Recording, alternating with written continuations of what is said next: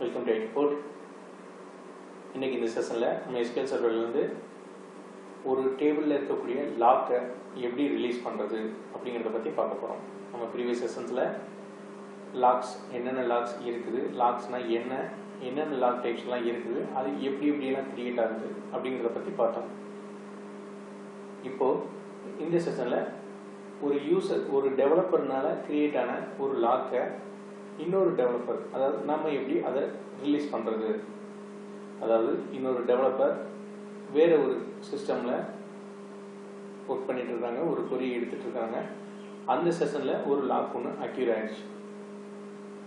So அந்த டயத்தில் நம்ம அங்கே போகாமல் சர்வர்லேருந்து நம்ம எப்படி அந்த லாக்கை ரிலீஸ் பண்ணுறது அப்படிங்கிறத பற்றி பார்க்க போகிறோம். ஸோ எக்ஸாம்பிளுக்கு ஸ்டூடெண்ட்டுங்கிற டேபிள் செக் பண்ணிக்குவோம். இந்த ஸ்டூடெண்ட்டுங்கிற டேபிளுக்கு ஒரு ஷேர்டு லாக் ஒன்று கிரியேட் பண்ணுறோம். ரிப்பீட்டபிள் ரீட் ஐசோலேஷன் லெவலில் ஒரு ஷேர்டு லாக் ஒன்று கிரியேட் பண்ணுறோம்.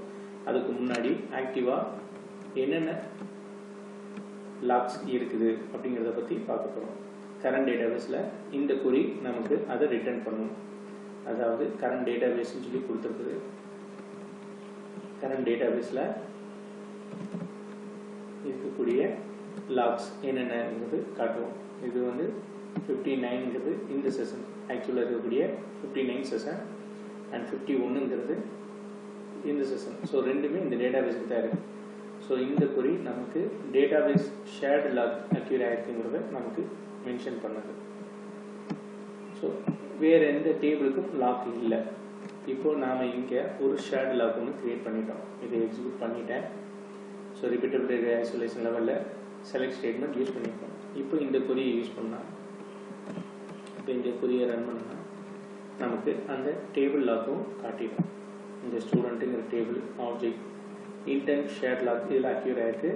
இதுக்கு ரெலவெண்ட்டாக இருக்கக்கூடிய ரோ ஐடிக்கு ஷேர்டு லாக்கும் பேஜுக்கும் இன்டென்ட் ஷேர்ட் லாக் கிரியேட் ஆகிருக்குது அப்படிங்கிறத நமக்கு காட்டு. ஓகே, இது வந்து ஆக்டிவாக இருக்கக்கூடிய லாக்ஸ் அப்படிங்கிறத மட்டும்தான் காட்டுது. இதுலேயே செஷன் ஐடியும் காட்டிடும். இப்போ நமக்கு அதில் என்ன கொரி அப்படிங்கிறது நமக்கு தெரியணும் அப்படின்னு நினச்சோம்னா, அதாவது இந்த லாக் என்ன கொரியால் இந்த லாக் வந்து ரிக்வஸ்ட் சென்ட் பண்ணியிருக்குது, எந்த லாக் இதுக்கு ரிக்வஸ்ட்டை அக்யூர் பண்ணுது அப்படிங்கிறத இந்த சிஸ்டர் ப்ராசஸஸ், அதுவும் சிஸ்டர் எக்ஸிக்யூட் டிஎம்இ, இந்த ரெண்டு டைனமிக் மேனேஜ்மெண்ட் யூஸ் பண்ணி நமக்கு ஆக்சுவலாக இருக்கக்கூடிய அந்த என்ன ஸ்டேட்மெண்ட்னால இந்த கொரி இந்த லாக் அக்யூர் ஆச்சுங்கிறத எடுக்க முடியும். ஸோ இந்த டெக்ஸ்ட்டு தான், அதாவது இந்த s2.txt SQL ஸ்டேட்மெண்ட்ஸ், நம்ம அந்த யூசர் கிரியேட் பண்ணக்கூடிய லாக் கிரியேட் ஆன SQL ஸ்டேட்மெண்ட். ஸோ அதுவும் நமக்கு கிடைச்சது. ஸோ அந்த ஸ்டேட்மெண்ட்டை நம்ம பார்க்குறதா இருந்தாலும் பார்க்கலாம்.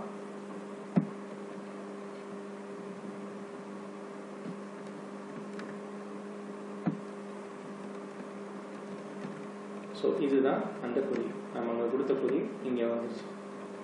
ஸோ இந்த மாதிரி கொடுத்து நம்ம அந்த SQL ஸ்டேட்மெண்ட்டை, அதாவது லாக்கான ஸ்டேட்மெண்ட்டையும் நம்ம எடுக்க முடியும்.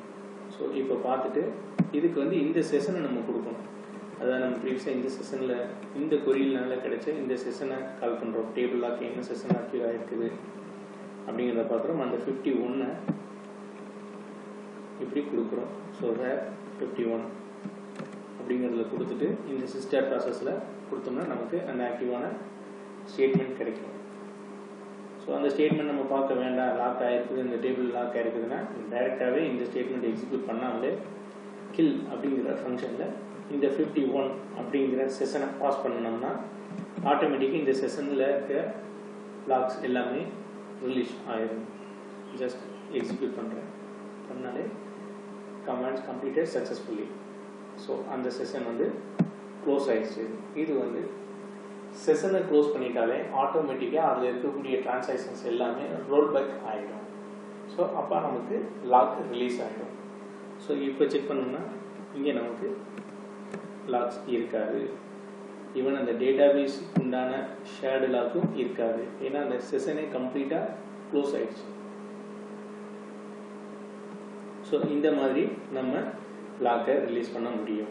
பர்டிகுலர் ஒரு டேபிள் இருக்கிறதையும் இல்லை அந்த அந்த செஷன் இருக்கக்கூடிய எல்லா லாக்குமே கிரியேட் ஆகிடும், கிளியர் ஆகிடும். ஸோ ஒரு செஷனில் ஆக்டிவாக அந்த ஒரு லாக் தான் இருக்கும். ஸோ நம்ம அந்த செஷனையும் க்ளோஸ் பண்ணுறது வழியாக நம்ம அந்த லாக்கையும் ரிலீஸ் பண்ண முடியும். ஸோ இதுக்கு தான் இந்த கில் அப்படிங்கிற ஸ்டேட்மெண்ட் யூஸ் ஆகுது. இப்போ இந்த செஷனில் போய் நம்ம அந்த ஸ்டேட்மெண்ட் எக்ஸிக்யூட் பண்ணோம்னா இந்த செஷன் ஆக்டிவாக இல்லை அப்படிங்கிற மாதிரி எரர் காட்டும். ஸோ அகைன் எக்ஸிக்யூட் பண்ணுற ஆக்டிவ் ஆகிடும். ஸோ திரும்ப நம்ம அதே இதை எக்ஸிக்யூட் பண்ணுறோம், ஷேரில் க்ரியேட் பண்ணுறோம், செஷன் செக் பண்ணுறோம். ஸோ இப்போவும் அதே 51ங்கிற செஷன் தான் இருக்குது. ஸோ திரும்ப கில் பண்ணுறோம். ஸோ இப்போ லாக்ஸ் இருக்காது. ஸோ இதுதான் ஒரு லாக்கை ரிலீஸ் பண்ணுறதுக்கு உண்டான மெத்தட். ஸோ இந்த செஷன் உங்களுக்கு ரொம்ப யூஸ்ஃபுல்லாக இருக்கும்னு நினைக்கிறேன்.